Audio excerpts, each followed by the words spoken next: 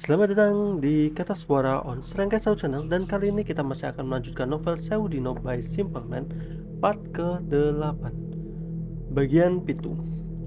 Sri menatap Erna dan Dini bergantian. Ia bingung dengan apa yang baru saja terjadi. Erna mengambilkan minum untuknya. Setelah Sri terlihat lebih tenang, Erna duduk di sampingnya. "Kamu pingsan semalaman, Sri." "Semalaman?" Padahal Sri merasa waktu baru berlalu beberapa menit saja. Sesekali Erna melirik Dini dan Bahtamin bergantian. "Semalam sehabis buka pintu, kamu tersungkur jatuh sampai pingsan. Aku langsung panggil Mbak Dini. Kami coba bangunin kamu tapi nggak bangun-bangun. Pagi tadi Mbah Tamin datang. Dia bilang kamu sudah membuka conoh." Conoh?" tanya Sri. "Conoh itu adalah saat dimana kamu dirasuki oleh ribuan makhluk gaib yang berebut meminta masuk ke dalam tubuhmu," ucap Mbah Tamin menjelaskan. "Kan saya sudah bilang sama kamu, jangan buka pintu saat malam sudah tiba." Mbah Tamin tampak kesal. Ia pun meninggalkan ruangan. Namun Sri benar-benar tidak ingat kalau ia membuka pintu. "Waktu kamu pingsan, apa kamu lihat sesuatu?" tanya Erna. "Sesuatu? Ya sudah, lupain. Kamu istirahat saja ya." Sri, Erna, Dini dipanggil Mbah Tamin. Tiba-tiba terdengar suara Mbah Tamin dari kamar Dila. Mereka bertiga bangkit dari tempatnya menuju kamar Dila. "Ada apa, Mbah?" "Siapa semalam yang memandikan Dila?" tanya Mbah Tamin terdengar murka. Erna melirik Sri. Ia tampak ciut mendengar kemarahan Mbah Tamin. Saya, Mbah. Saya yang semalam memandikan Dila," kata Sri pasrah. "Jadi kamu, ada yang kamu ingin sampaikan pada saya?" Sri melirik Erna.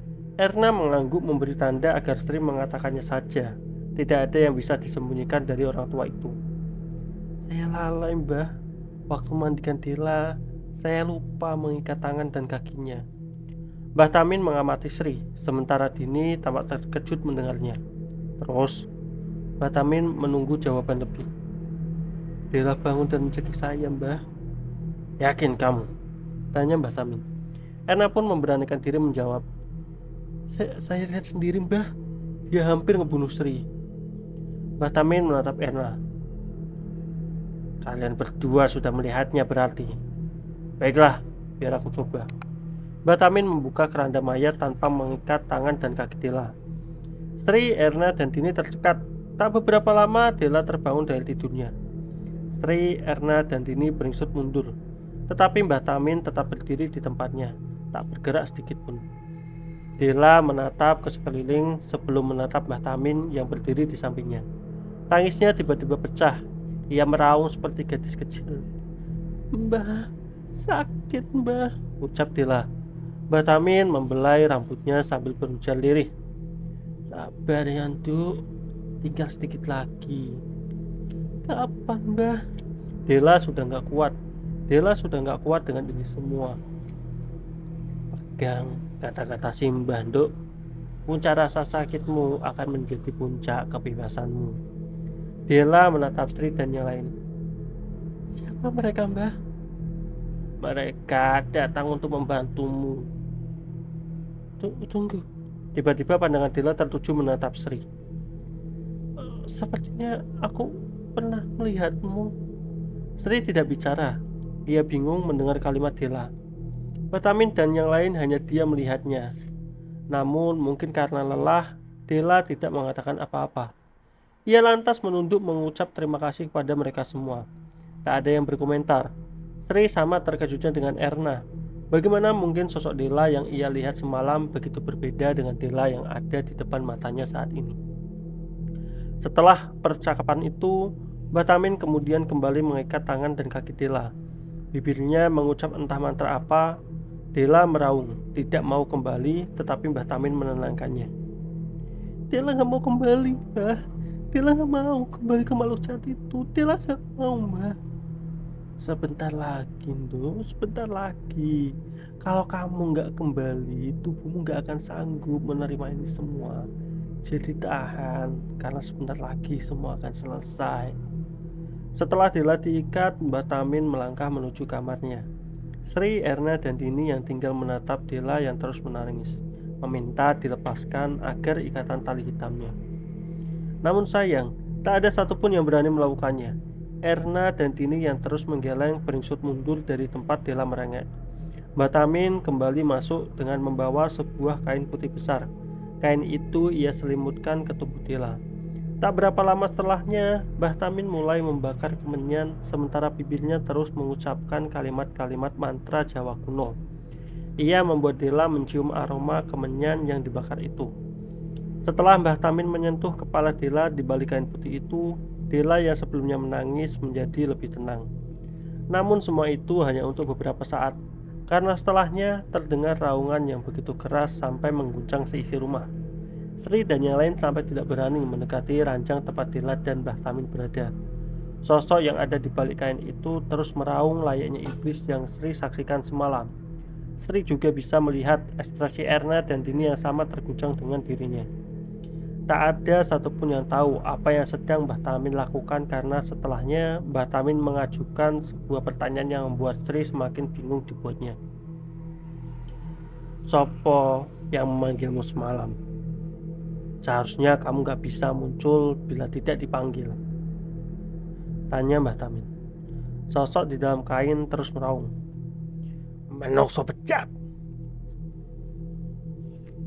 Kubilang siapa yang sudah memanggilmu? Jawab, atau kubuat kau merasakan rasa sakit yang teramat sangat, ancam Mbah Tamin. Namun sosok di dalam kain itu justru tertawa terbahak-bahak. Memangnya kamu tidak kasihan dengan anak ini? Dia juga akan merasakan sakit itu. Kamu pikir aku semua ini? Ancam Mbah Tamin. Ia lantas mencengkram kepala sosok yang masih tertutup di dalam kain itu. Teriakan mengerikan terdengar kembali. Kali ini lebih beringas dari suara yang pertama. Sri dan yang lain gemetar hebat saat mendengarnya. Hentikan! Teriaknya. Mbah Tamin menghentikan sejenak cengkramannya. Tiba-tiba dari dalam kain, tangan Dela menunjuk pada Erna. Semua mata langsung memandangnya. Sementara Erna menatap yang lain bingung. Begitu rupanya, kata Mbah Tamin. Ia mengeluarkan sebilah keris dari pinggangnya, bersiap mendekati Erna. Erna seketika berlari, tapi entah bagaimana pintu kamar Dela tiba-tiba tertutup dengan sendirinya, membuat suasana ruangan itu menjadi lebih tegang. Sejak awal aku sudah curiga kepadamu. Rupanya benar ada musuh dalam selimut di sini. Musuh dalam selimut? Ucap Sri bingung. Dini juga terlihat sama bingungnya. Yang mereka lihat hanya Mbah Tamin yang memojokkan Erna sembari mengacungkan keris kepadanya.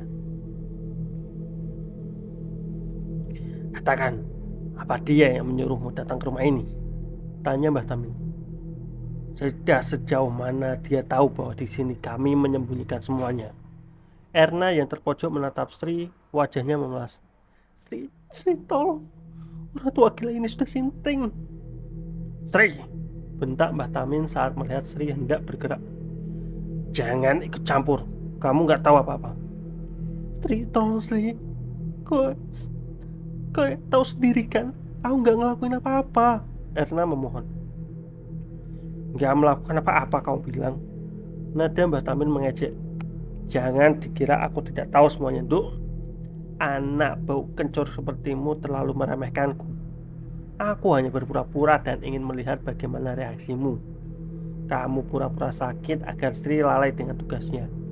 Kamu juga yang sudah memanggil Sengal Turih untuk menghabisi nyawa Sri. Tapi kamu kaget sendiri karena Sengal Turih tidak bisa kamu jinakkan, bukan? Benar begitu, dasar wanita jalang.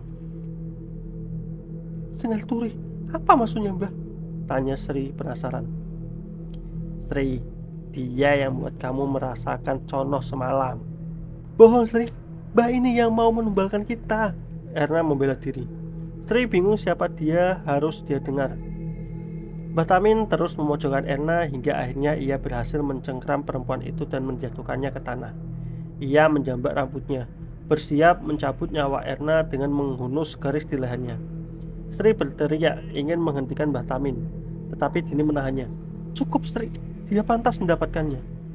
Apa kamu bilang, Din? Tanya Sri. Yang dikatakan Mbak Tamin itu semua benar. Apa? Sri semakin bingung. Dini mulai bercerita. Kemarin sore Erna minta aku juga untuk menggantikannya memandikan Dila, tapi aku tolak. Aku merasa ada yang aneh dengan dia. Terus aku nggak sengaja dengar kalau kamu mau menggantikannya memandikan Dila. Aku semakin curiga dengannya. Jadi kuputuskan untuk pura-pura tidur sambil mengawasi apa yang akan dia lakukan. Rupanya benar dugaanku. Waktu kamu memandikan Dela, aku lihat Erna mengintipmu dari luar pintu kamar. Dia mengawasi kamu. Terus aku melihat dengan mata kepala sendiri, dia komat kamit baca mantra. Semua itu lalu terjadi. Dela menyerangmu, Erna melangkah masuk ke kamar dan pura-pura nggak tahu apa-apa. Aku biarkan semua itu terjadi untuk lihat rencana apa lagi yang sedang Erna persiapkan. Dia juga menggeledah kamar kunduk, ucap Mbah Tamin. Waktu kau pingsan, dia leluasa memeriksa kamarku. Kamu cari benda itu kan? Mbah Tamin menarik rambut Erna. Sri menatap Erna, memastikan matanya tidak berbohong. Saat Erna melihat Sri, tiba-tiba wajah membelas yang ia tunjukkan tadi berubah menjadi senyuman yang mengerikan. Sri, pikirkan ini baik-baik. Di mana kamu berpihak, Sri? Karena apa yang kamu lihat belum tentu apa yang sebenarnya terjadi. Mbah Tamin memukul leher Erna hingga tak sadarkan diri. Ia meminta Sri dan Dini membantu menyeretnya ke kamar. Erna pingsan, tangan dan kakinya terikat. Sri begitu terpukul dengan semua kejadian ini. Rupanya semakin ia merasa tahu